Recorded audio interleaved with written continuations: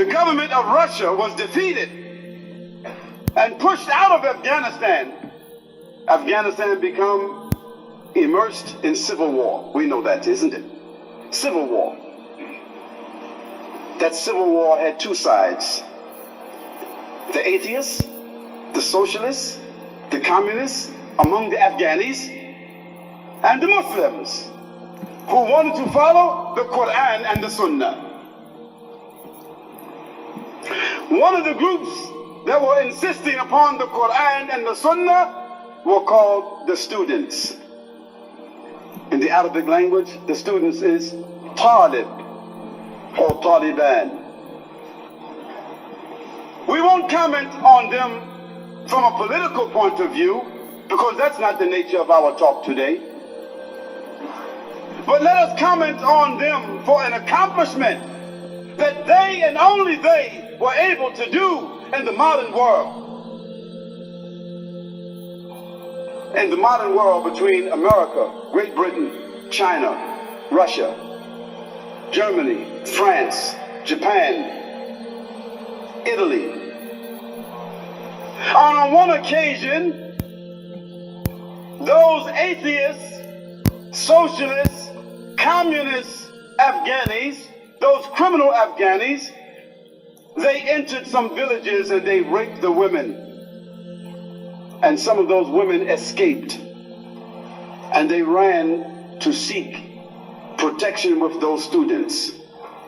And those students, they sought to get a fatwa from their shuyukh.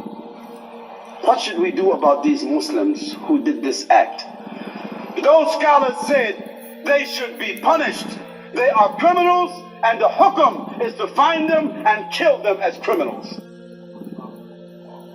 Those students then took their weapons and gathered themselves together as a group and called themselves the Taliban, and they began to seek the honor of those women who were raped.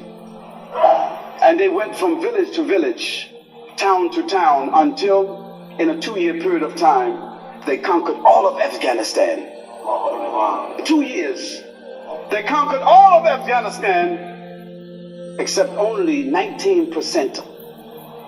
80% of Afghanistan they conquered in 2 years. Of course, they were not sophisticated in their knowledge. They did not have universities. They did not have institutions. Even in most of Afghanistan, there was not a standing hospital. But they established what they called the Islamic Emirate of Afghanistan. The only standing Islamic Emirate in the world at that time.